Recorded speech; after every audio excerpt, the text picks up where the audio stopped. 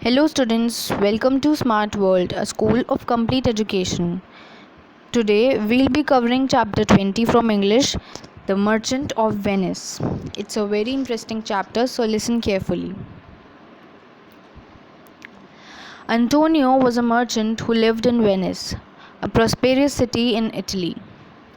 In those days, that is about 500 years ago, sea voyages were dangerous, and yet some adventurous merchants traveled across the seas. Some others spent a lot of money in spending ships to faraway countries. These ships brought back spices and other treasures from India and other countries. The merchants sold things in Europe. They made a lot of profit in this business. At the time when story begins, Antonio was waiting for his ships to return from merchandise.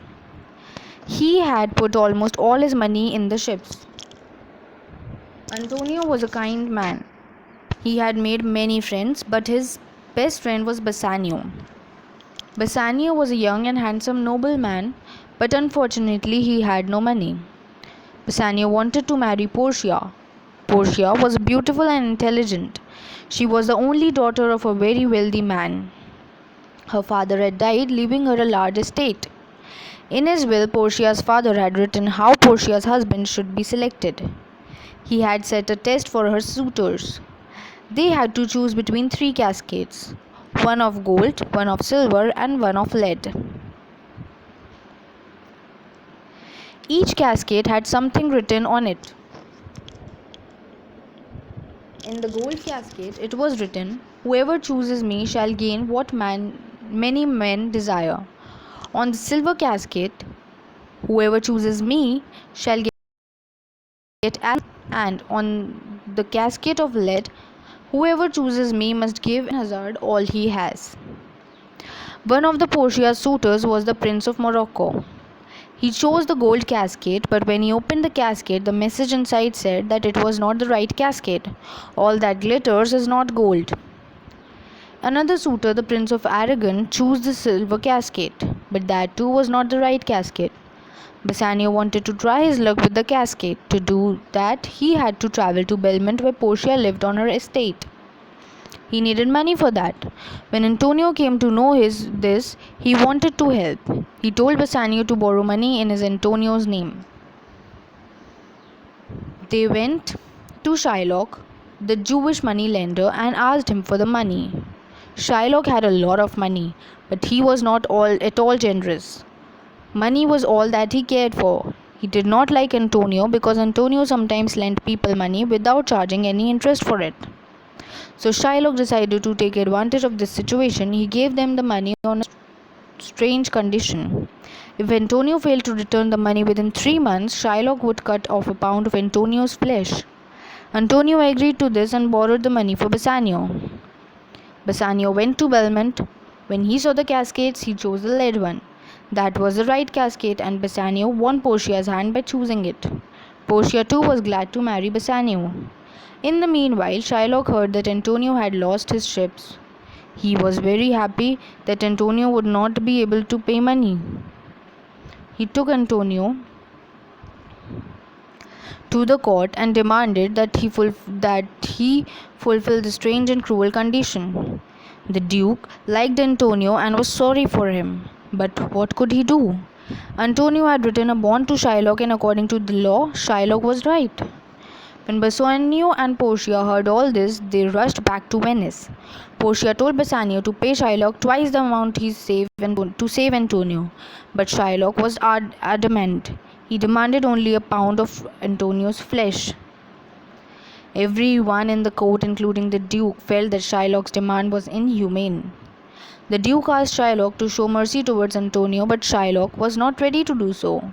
He felt that Antonio and others had treated him badly before he wanted revenge. Just then, a young lawyer entered the court. He said that he would fight Antonio's case. He asked Antonio whether he had agreed to Shylock's condition. Antonio said that he had agreed. Then the young lawyer requested Shylock to show mercy. Though the law was on Shylock's side, the lawyer pleaded that mercy is a quality of God himself.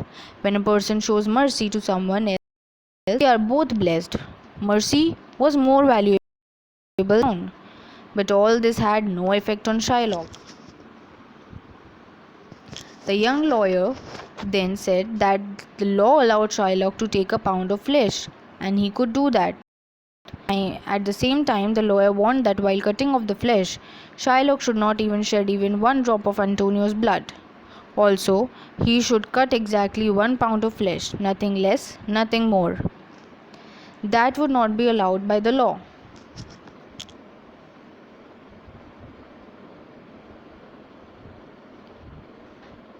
Shylock realized that he could not do what the young lawyer asked him to do, and he accepted his defeat.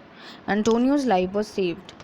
Who was the young lawyer? Bassanio and Antonio found out later that it was none other than Portia herself, dressed as a man. Later, it was learned that Antonio's chips were safe, and so he had not, in fact, lost his money. Thus, the story, which could have ended in a tragic manner, ended happily. Wasn't it interesting? 1. Say whether the following statements are true or false. A. The merchant ships brought spices and other treasures from India and other coast countries to Italy. B. Antonio had gone a long voyage. C. Bassanio was very rich. D. Portia had many brothers and sisters. E. Portia's suitors chose the gold and silver cascades. F. Bassanio's borrowed many money from Shylock in Antonio's name. G. Shylock was not at all generous. H. Shylock demanded a pound of Antonio's flesh. I. Portia saved Antonio in the court of law. And J. Antonio's ships were lost at sea. 2. Write a few lines about each character. 3. Write the following in short. 1. The story of the three cascades. 2. What the young lawyer pleaded. 3. The events at the court. 4. Write the conditions that Portia put down to warn Shylock. 5. Find 4 words ending with OUS from the story. Can you add 3 more words ending with OUS to this list? 6. Read the following words. Write the words that are combined to make these words. Far away, nobleman, whoever, moneylender, sometimes. And add 10 more words to the list on your own. Each of the component words must be meaningful. 7. Read the following chains of words. Fortune, fortunate, fortunately, unfortunately. Know, knowing, knowingly, unknowingly. Amaze, amazing, amazingly. Possible, impossible, impossibly. 8.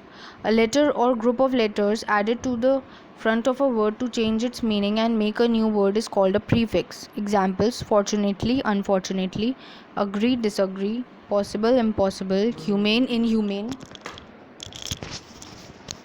legal, illegal. Add proper prefixes to the following words to make new words. Kind, intelligent, advantage, happy, allow, safe. 9. Find at least 3 sentences in the story which have modal verbs. 10. Visit a library, read other tales from Shakespeare, for example Julius Caesar, As You Like It, Macbeth and Tempest. 11. Hold a mock trial for any one of the following offences. There should be a complainant, a defendant and a lawyers to argue the case on behalf of them. The whole class can vote to pass the judgment. On what occasions will you plead for justice? What punishment will you suggest? What will you plead for mercy? A. A very poor and honest servant had broken a vase while cleaning it. The vase was valuable and employer liked it very much. B. A poor man stole some ornaments from a rich girl. C. A young man was injured in a road accident due to another man's careless driving.